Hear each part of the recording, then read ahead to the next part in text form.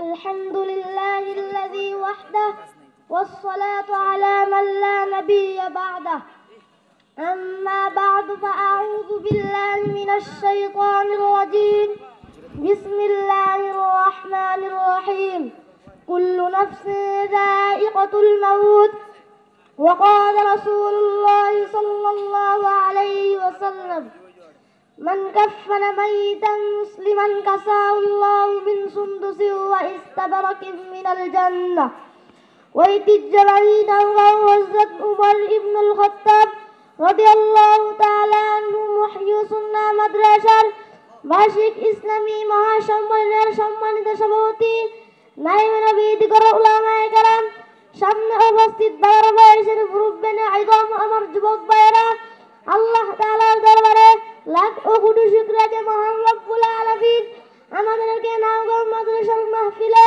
তথা জান্নাতের বাগানে বেহেশতের বাগানে উপস্থিত হওয়ার জন্য তৌফিক দান করেছেন এর জন্য আল্লাহ তাআলার দরবারে অন্তর থেকে শুকরিয়া আদায় করে সকলে বলে আলহামদুলিল্লাহ আলহামদুলিল্লাহ। সম্মানিত হাজিরিন, আমরা যে বিষয়টি নিয়ে আপনাদের সামনে উপস্থিত হয়েছি সেই বিষয়টি হচ্ছে একজন মুমিন বান্দা মারা গেলে তাকে কিভাবে সঠিক পদ্ধতিতে জানাজা এবং কাফন দাফনের ব্যবস্থা করতে হয় প্র্যাকটিক্যালি তা আমরা আপনাদের সামনে তুলে ধরব ইনশাআল্লাহ। মহান রব্বুল আলামিন মানুষকে আশরাফুল মাখলুকাত অর্থাৎ সমস্ত সৃষ্টির শ্রেষ্ঠ জাতি হিসেবে সৃষ্টি করে দুনিয়াতে পাঠিয়েছেন। মানুষ যেহেতু শ্রেষ্ঠ সৃষ্টি তাই তাদের জন্ম মৃত্যু অন্য প্রাণীর অনুরূপ নয়। অন্যান্য প্রাণীর যেমন শরীরের হুকুম প্রযোজ্য হয় না তেমনি তাদের জন্ম মৃত্যু এই এতদিন নয়, কিন্তু মানুষের জন্ম মৃত্যু তথা সমস্ত জীবনের প্রতিটি কাজ আল্লাহ তাআলার হুকুম ও রাসূল সাল্লাল্লাহু আলাইহি ওয়াসাল্লাম এর তরিকা অনুযায়ী পালন করা একান্ত পরিহার্য। কিন্তু দুঃখের সঙ্গে বলতে হচ্ছে আজ মুসলিম সমাজ শরীয়তের হুকুম পালনে অনেক দিক দিয়ে উদাসীন, আর এজন্য মৃত ব্যক্তির গোসল কাফন দাফন এমনকি জানাজাতে অনেক সময় মারাত্মক ভুল করে বসে, আবার অনেক সময় এমন কাজ করে বসে যা আইয়ামে জাহিলিয়াতের কুসংস্কার বা সুন্নত পরিপন্থী। আবার কখনো এমন কাজ হতে দেখা যায় যাহা কেবল মাকরুহ নয় এবং হারাম বা নাজায়েজ বটে, যার উদাহরণ আমি আপনাদের সামনে একটু পরে প্রশ্ন উত্তরের মাধ্যমে তুলে ধরছি ইনশাআল্লাহ। তবে বাবার বিষয় হলো যে এমন ভুল কেন হয় এর কারণ খুঁজতে গেলে দেখা যায় মাইয়িতের কাছে নিয়োজিত ব্যক্তির মাসাল সম্পর্কে পর্যাপ্ত জ্ঞানের অভাব, আর দ্বিতীয় কারণ হলো মাইয়িতের গোসল কাফন দাফন ও জানাজাকে আমরা ইবাদত মনে করি না, যার কারণে মাইয়িতের শেষ বিয়োগ পরিপূর্ণ শুদ্ধ হয় না।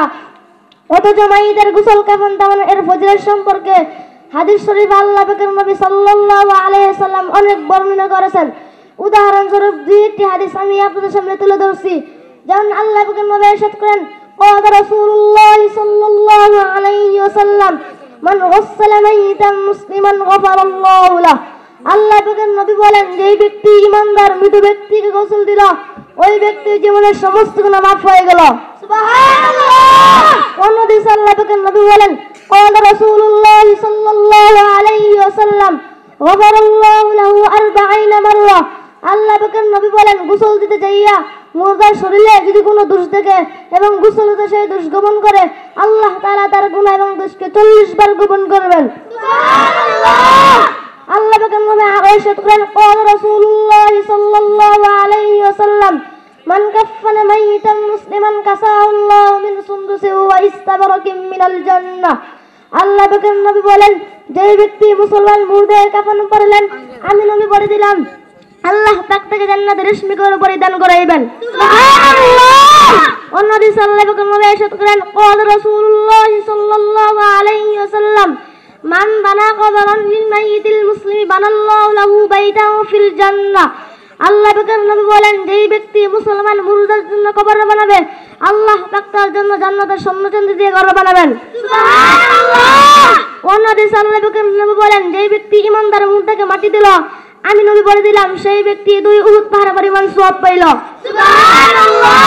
যাই হোক বন্ধুরা আমার এরকম আরো অনেক ফজিলত হাদিসে উল্লেখ আছে, অথচ এগুলো আমরা ইবাদত মনে করি না, যার কারণে আমরা এই ফজিলতপূর্ণ কাজ থেকে আমরা অনেক দূরে থাকি এবং আমরা আমাদের পিতা মাতা ভাই বোন আত্মীয় স্বজনকে সঠিকভাবে ধর্মীয় বিধান মতো সমাধিস্থ করতে পারি না। এর চেয়ে পরিতাপের বিষয় আর কি হতে পারে। সুতরাং প্রিয় হাজিরিন, প্রতিটি মুসলমান যেন তার আপনজনকে বিশুদ্ধভাবে শরীয়তের বিধান অনুযায়ী কবরস্থ করতে পারে সেই দিকে খেয়াল করে আজকে আমাদের জানাজার এই প্রদর্শনী। যাই হোক বন্ধুরা আমার, আমরা প্রথমে ওই সব বিষয়গুলো জেনে নিব যেই বিষয়গুলো জানাজার নামাজে এবং কাফন দানে বেশিরভাগ ভুল হয়ে থাকে। সম্মানিত হাজিরিন, এই বিষয়গুলো আমরা প্রশ্ন উত্তরের মাধ্যমে জানবো। আমি মোহাম্মদ আব্দুল্লাহ আল মামুন প্রশ্ন করব, আর আমার প্রিয় বন্ধু মোহাম্মদ উবাইদুল্লাহ উত্তর দিবেন। প্রিয় বন্ধু, আমার প্রশ্ন হলো, মুরুদের গোসল দেওয়ার পূর্বে তাহার পাশে বসিয়া কোরআন শরীফ তেলাওয়াত করা জায়েজ আছে কি? আসসালামু আলাইকুম ওয়া রাহমাতুল্লাহি ওয়া বারাকাতুহু। প্রিয় বন্ধু, তোমার প্রশ্নের উত্তর হলো, মুরুদকে গোসল দেওয়ার পূর্বে তাহার পাশে বসিয়া কোরআন শরীফ তেলাওয়াত করা মাকরুহ তাহরিমি। ফতোয়া আলমগীর প্রথম খণ্ড 250 নম্বর পৃষ্ঠা। সুতরাং গোসলের পূর্বে তাহার পাশে বসিয়া কোরআন শরীফ তেলাওয়াত করবে না। প্রিয় বন্ধু, আমার প্রশ্ন হলো, জানাজা নামাজের পর মৃত ব্যক্তির মুখ দেখা জায়েজ আছে কি? প্রিয় বন্ধু, তোমার প্রশ্নের উত্তর হলো, জানাজা নামাজের পর মৃত ব্যক্তির চেহারা দেখা নিষেধ। কেননা খোদা না করুক যদি লাশের কোনো দোষ অথবা পরিবর্তন দেখা দেয়, তবে তাহা যেন প্রকাশ না পায়। আরেকটি কারণ হলো, মুখ দেখানোর পরিণাম এই যে কখনো তাহার ছবি নিয়ে প্রতিক্রিয়া প্রকাশ করা হয়, যার কারণে ছবি সংক্রান্ত লানত ওয়াজিব হয়। উপরন্তু মুদার চেহারার পরিবর্তন প্রকাশিত হয়ে পড়ে, যাহা নিতান্তই হারাম। ফতে আহসান উলুম 14 খণ্ড 219 নম্বর পৃষ্ঠা। প্রিয় বন্ধু, আমার প্রশ্ন হলো, জানাজার লোক বেশি হওয়ার জন্য কাফন দাফনে দেরি করা জায়েজ আছে কি? প্রিয় বন্ধু, তোমার প্রশ্নের উত্তর হলো, কাফন দাফনে তাড়াতাড়ি করা আবশ্যক। জুমার নামাজে পড়ে জানাজায় লোক বেশি হইবে, এই বলিয়া কাফন দাফন দেরি করা মাকরুহ। ফতে দারুল উলুম 5ম খণ্ড 262 নম্বর পৃষ্ঠা। প্রিয় বন্ধু, আমার প্রশ্ন হলো, এক মুরুদের জানাজার একাধিক বার পড়া জায়েজ আছে কি? প্রিয় বন্ধু, তোমার প্রশ্নের উত্তর হলো, এক মুরদের জানাজা একাধিক বার পড়া জায়েজ নাই। যদি কোনো জানাজা মুরদের অলি পড়াইয়া থাকে অথবা অলির অনুমতি ক্রমে অন্যকে পড়াইয়া থাকে এবং ওলি যদি ওই জানাজায় শরীক হইয়া থাকে, তবে অন্য কোনো ব্যক্তির জন্য দ্বিতীয়বার ওই মুরদের উপর জানাজা নামাজ আদায় করা জায়েজ হবে না। ফতোয়া আলমগীর প্রথম খণ্ড 259 নম্বর পৃষ্ঠা। প্রিয় বন্ধু, আমার প্রশ্ন হলো, জানাজা নামাজের চতুর্থ তাকবীরের পর হাত বাঁধা অবস্থায় সালাম ফিরাবে নাকি হাত ছেড়ে দিয়ে? প্রিয় বন্ধু, তোমার প্রশ্নের উত্তর হলো, জানাজা নামাজের চতুর্থ তাকবীর পর হাত বাঁধা অবস্থায় সালাম ফিরাবে, হাত ছেড়ে দিয়ে নয়। ফতোয়া দারুল উলুম 5ম খণ্ড 318 নম্বর পৃষ্ঠা। প্রিয় বন্ধু, আমার প্রশ্ন হলো, অনেক জায়গায় দেখি জানাজার নামাজে সালাম ফিরানোর পর হাত উঠিয়ে দোয়া করে। আমার প্রশ্ন হলো, সালাম ফিরানোর পর হাত উঠিয়ে দোয়া করা জায়েজ আছে কি? প্রিয় বন্ধু, তোমার প্রশ্নের উত্তর হলো, জানাজা নামাজটাই মুরদের জন্য দোয়া, সুতরাং জানাজা নামাজের সালামের পর পুনরায় হাত দেয়া অন্য কোনো দোয়া করা জায়েজ নাই। মিশকাতে দেওয়া আছে, ওয়াফি শারহিল মিশকাতি ওয়ালা ইয়াদউ লিল মাইয়িতি বাবু সালাতিল জানাজাতি লিআন্নাহু আশবাহু জিয়াদা ফি সালাতিল জানাজা। সুতরাং বোঝা গেল যে জানাজা নামাজের সালামের পর পুনরায় হাত দেওয়া অন্য কোনো দোয়া করা নিষেধ। ফতোয়া দারুল উলুম 5ম খণ্ড 360 নম্বর পৃষ্ঠা। প্রিয় বন্ধু, আমার প্রশ্ন হলো, আমাদের এলাকায় দেখা যায় জানাজার পিছনে পিছনে উচ্চ স্বরে জিকির এবং কালেমা পড়তে পড়তে কবর পর্যন্ত যায়। শরীয়তে এর কোনো প্রমাণ আছে কি? প্রিয় বন্ধু, তোমার প্রশ্নের উত্তর হলো, না, শরীয়তে এর কোনো প্রমাণ নাই।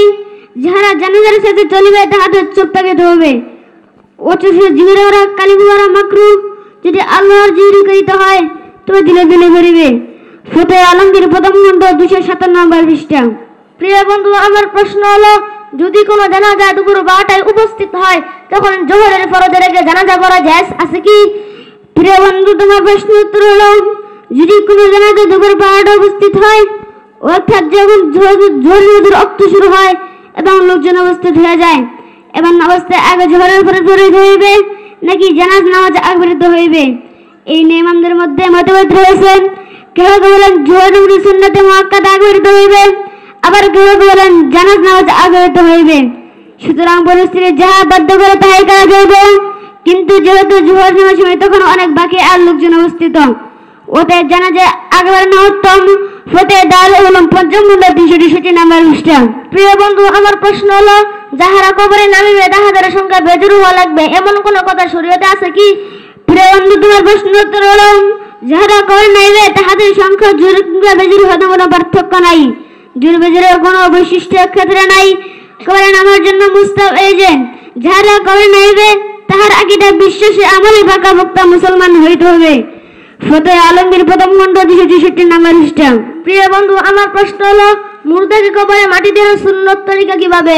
প্রিয় বন্ধু, তোমার প্রশ্নের উত্তর হলো মুর্দাকে কবরে মাটি দেওয়ার সুন্নত তরিকা হলো মুর্দার মাটির দিক হতে সকলে দুই হাতে 3 মুষ্টি মাটি করে দিবে এবং প্রথম মুষ্টি মাটি দেওয়ার সঙ্গে বলিবে মিনহা খালাকনাকুম, দ্বিতীয় মুষ্টি মাটি দেওয়ার সঙ্গে বলিবে ওয়াফিহা নুঈদুকুম, তৃতীয় মুষ্টি মাটি দেওয়ার সঙ্গে বলিবে ওয়ামিনহা নুখরিজুকুম তারাতান উখরা।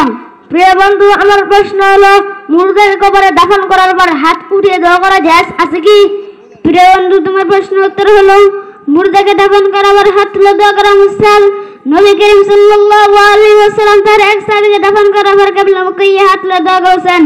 وفي حديث ابن مسعود رضي الله تعالى عنه رأيت رسول الله صلى الله عليه وسلم في قبر عبد الله البجادين وفي فلما فرغ من دفن استقبل القبلة رافعا يديه। সুতরাং বোঝা গেল যে মুর্দাকে দাফন করার পর হাত তুলে দোয়া করা মুস্তাহাব। ফতোয়া আসমাউল উলুম 14 খণ্ড 224 নম্বর পৃষ্ঠা ও ফতোয়া দারুল উলুম 5 খণ্ড 66 নম্বর পৃষ্ঠা। প্রিয় বন্ধু, আমার প্রশ্ন হলো মুর্দাকে কবরে রাখার সময় কোন দোয়া পড়তে হয় এবং তার ফায়দা কি? প্রিয় বন্ধু, তোমার প্রশ্নের উত্তর হলো মুর্দাকে কবরে রাখার সময় যে ঘরে এই দোয়া পড়া হয় বিসমিল্লাহ ওয়া আলা মিল্লাতি রাসূলিল্লাহ, সেই ঘর বাসা হইতে আযাব সংকীর্ণতা ও অন্ধকার দূর থাকে। ফতোয়া গায়েত 14 খণ্ড 70 নম্বর পৃষ্ঠা। প্রিয় বন্ধু, আমার প্রশ্ন হলো আমাদের এলাকায় দেখা যায় মুর্দাকে কবর দেওয়ার পর কবরের চারি কোণায় 4টি এবং মধ্যখানে একটি খেজুরের ডাল করে শরীয়তে এর কোনো প্রমাণ আছে কি? প্রিয় বন্ধু, তোমার প্রশ্নের উত্তর হলো কবরের চারি কোণায় 4টি এবং মাঝখানে একটি খেজুর ডালের কোনো প্রমাণ শরীয়তে নাই। একবার রাসূল সাল্লাল্লাহু আলাইহি ওয়াসাল্লাম সাহাবীকে নিয়ে এক কবরস্থানে পাশে যেতেছেন, হঠাৎ দেখেন 2টি ঘোড়া আযাব হইতেছে। আল্লাহ পাক নবী সাহাবীকে বললেন, ও আমার সাহাবীরা, তোমরা দেখো ঘোড়া আযাব হইতেছে। তারপর সাহাবীরা আল্লাহ নবী জিজ্ঞাসা করলেন, ও আল্লাহ পাক নবী কোন কোন ঘোড়া আযাব হইতেছে? তারা তো আল্লাহ নবী দেখাই দিলেন যে এটা আর ওইটা। তারপর আল্লাহ সাহাবীদের মাধ্যমে 2টি খেজুরের ডালা নিয়ে নিজ হাতে 2 ঘর মাঝখানে গাড়িয়ে দিলেন। সাহাবীরা প্রশ্ন করলেন, ও আল্লাহ নবী কি কারণে আযাব হইতেছে এবং খেজুর ডাল কি জন্য গাড়লেন? কিছুই তো বললেন না। আল্লাহ নবী বললেন, ও আমার সাহাবীরা, তোমরা শোনো, এই ঘরে আযাব হইতেছে তার কারণ ওই ব্যক্তি পেশাব করে ভালোভাবে পাক পবিত্র হইতেন না, আর ওই ঘরে আযাব হইতেছে ওই ব্যক্তি দুনিয়াতে চুগলি করে হতেন, অর্থাৎ একজন করে 8জনকে লাগাইয়া ঝগড়া ফাসাদ বাজাই দেন। এই 2 কারণে 2 ঘর মিশন শেষ হইতেছে। আর আমি এই খেজুরের ডাল গাড়লাম, তার কারণে এই খেজুরের ডাল যত জীবিত থাকিবে ততদিন এই খেজুরের ডাল জিকির করিবে এবং আমি আশা করি কবর আযাব বন্ধ থাকিবে। এটাই আমার মুজিজা এবং জন্য খাস। সুতরাং এই আমল সাথে তুলনায় বর্তমানে যে করে খেজুরের ডাল গাড়ে এই আমল একেবারেই ব্যক্তিহীন এবং নাজায়েজ বটে। প্রিয় বন্ধু, আমার প্রশ্ন হলো আমাদের এলাকায় দেখা যায় বড়লোক, ধনী এবং কোটিপতিদের জানাজায় লোক বেশি হয়, আর রিক্সাওয়ালা, ভ্যানওয়ালা এবং কুলি দিন মজুরদের জানাজায় লোক কম হয়। এর কারণ কি? বড়লোকদের জানাজায় সব বেশি হয় নাকি? দয়া করে একটু জানাবেন। প্রিয় বন্ধু, তোমার প্রশ্নের উত্তর হলো বড়লোক রিক্সাওয়ালা জানাজায় শরীক হওয়াতে সব কম বেশি হাদিসে উল্লেখ নাই। হাদিসে আছে আল্লাহ নবী বললেন, ক্বালা রাসূলুল্লাহ সাল্লাল্লাহু আলাইহি ওয়াসাল্লাম মান ইত্তাবা জানাজাত মুসলিমিন ফালাহু কিরাতু মিসলু উহুদিন। আল্লাহ নবী বললেন, যে ব্যক্তি কোনো মুসলমানের শরীক হবেন আল্লাহ তাকে উহুদ পাহাড় পরিমাণ সওয়াব দান করবেন। সুবহানাল্লাহ। বড় দুঃখের বিষয় হলো আমরা নেতা মারা গেলে, বড় লোক কোটিপতি মারা গেলে তার জানাজায় শরীক হই, রিক্সাওয়ালা মারা গেলে, ভ্যানওয়ালা মারা গেলে, কুলি মজদুর মারা গেলে তার জানাজায় শরীক হই না। অথচ উনি ইমানদার।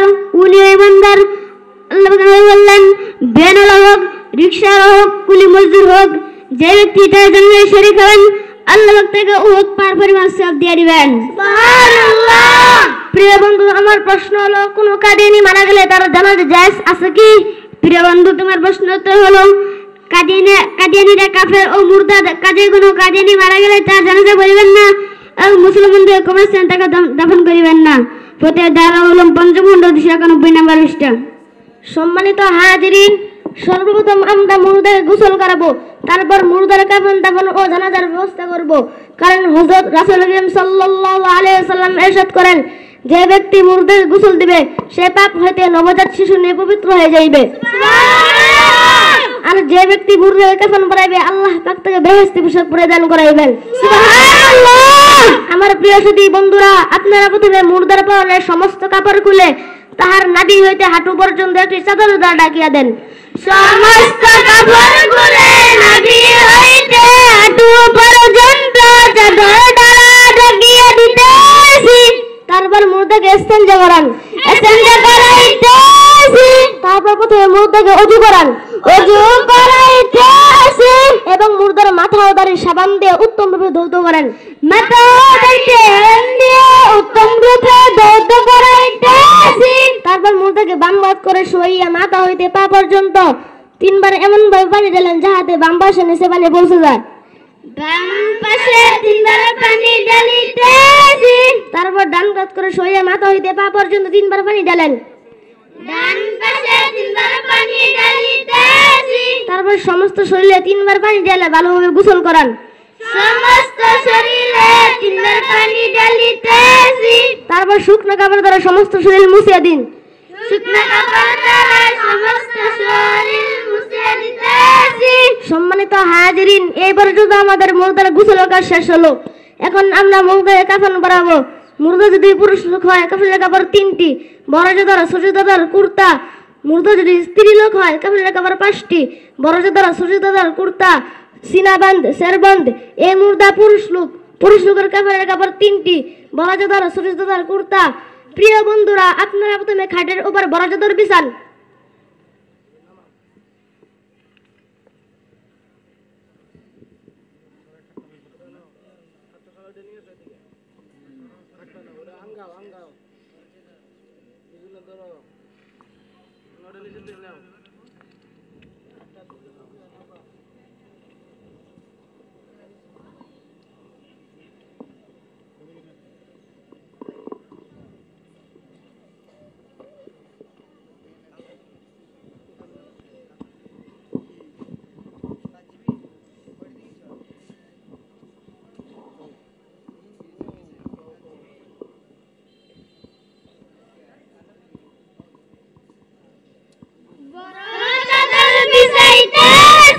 তারপর ছোট চাদর বিছান।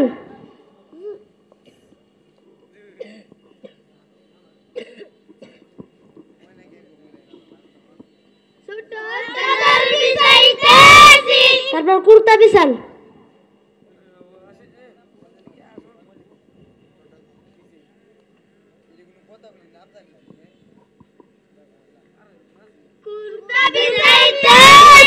তারপর মুর্দাকে কাফনের উপর রাখেন।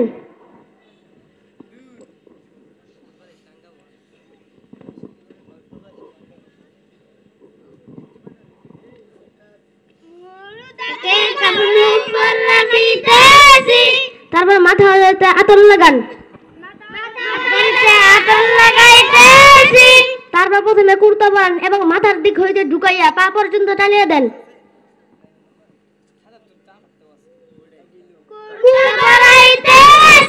তারপর ছোট চাদর পরান। প্রথমে বাম দিক হইতে তারপর ডান দিক হইতে উঠান। তারপর বড় চাদর পরান। প্রথমে বাম দিক হইতে তারপর ডান দিক হইতে উঠান। তারপর চিকন সুতো দ্বারা মাথা ও পায়ের দিক এবং মাঝখানে বাঁধিয়ে দেন যেন কাফনের কাপড় খুলিয়ে না যায়।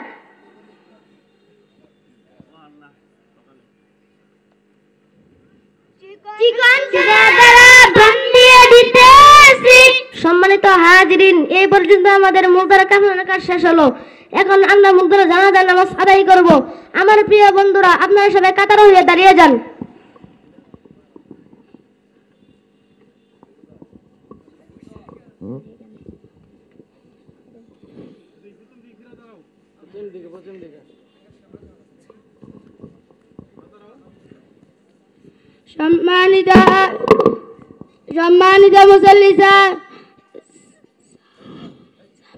সম্মানিত মুসল্লি সাহাবান, আপনাদের সামনে জানাজার নামাজ পড়াইবেন আমার প্রিয় বন্ধু হযরত মাওলানা হাফিজুল ইসলাম সাহেব, গ্রাম বাদিয়াটি।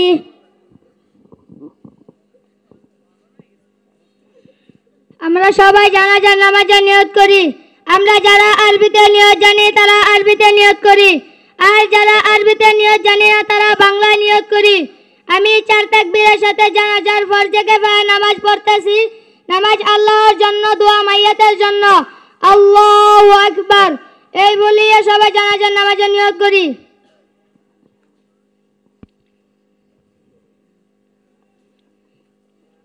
উপস্থিত মুসল্লিদের ইমাম হইয়া 4 তাকবীরের সাথে জানাজার ফরজে কিফায়া নামাজ পড়াইতাছি।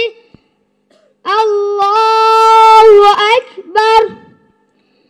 সুবহানাকা আল্লাহুম্মা ওয়া বিহামদিকা ওয়া তাবারাকা ইসমুকা ওয়া তাআলা জাদ্দুকা ওয়া জাল্লা তানাউকা ওয়া লা ইলাহা গায়রুক। আল্লাহু আকবার। আল্লাহুম্মা সাল্লি আলা মুহাম্মাদ ওয়া আলা আলি মুহাম্মাদ কামা সাল্লাইতা আলা ইব্রাহিম ওয়া আলা আলি ইব্রাহিম ইন্নাকা হামিদুম মাজিদ। আল্লাহুম্মা বারিক আলা মুহাম্মাদ ওয়া আলা আলি মুহাম্মাদ কামা বারাকতা আলা ইব্রাহিম ওয়া আলা আলি ইব্রাহিম ইন্নাকা হামিদুম মাজিদ। আল্লাহু আকবার। اللهم اغفر لحينا وميتنا وشاهدنا وغائبنا وصغيرنا وكبيرنا وذكرنا وأنثانا. اللهم من أحييته منا فأحيه على الإسلام ومن توفيته منا فتوفه على الإيمان. الله أكبر. السلام عليكم ورحمة الله. السلام عليكم ورحمة الله. সম্মানিত হাজিরিন, বিনয়ের সাথে বলতেছি, আপনাদের কি মনে চায় না আমাদের মতো আপনাদের সন্তানেরা ও আপনাদের নাতিরা আপনারা মারা গেলে আপনার লাশটা সামনে নিয়ে দাঁড়িয়ে জানাজা এবং কাফন দাফনের ব্যবস্থা করতে পারে? চাই কি চায় না? তাই আর দেরি না করে অতি শীঘ্রই আপনার সন্তান বা নাতিকে ভর্তি করে দিন আমাদের এই নাওগাঁও মাদ্রাসায়। নাসরুম মিনাল্লাহি ফাতহুন করিব। আসসালামু আলাইকুম ওয়া রাহমাতুল্লাহি ওয়া বারাকাতুহু।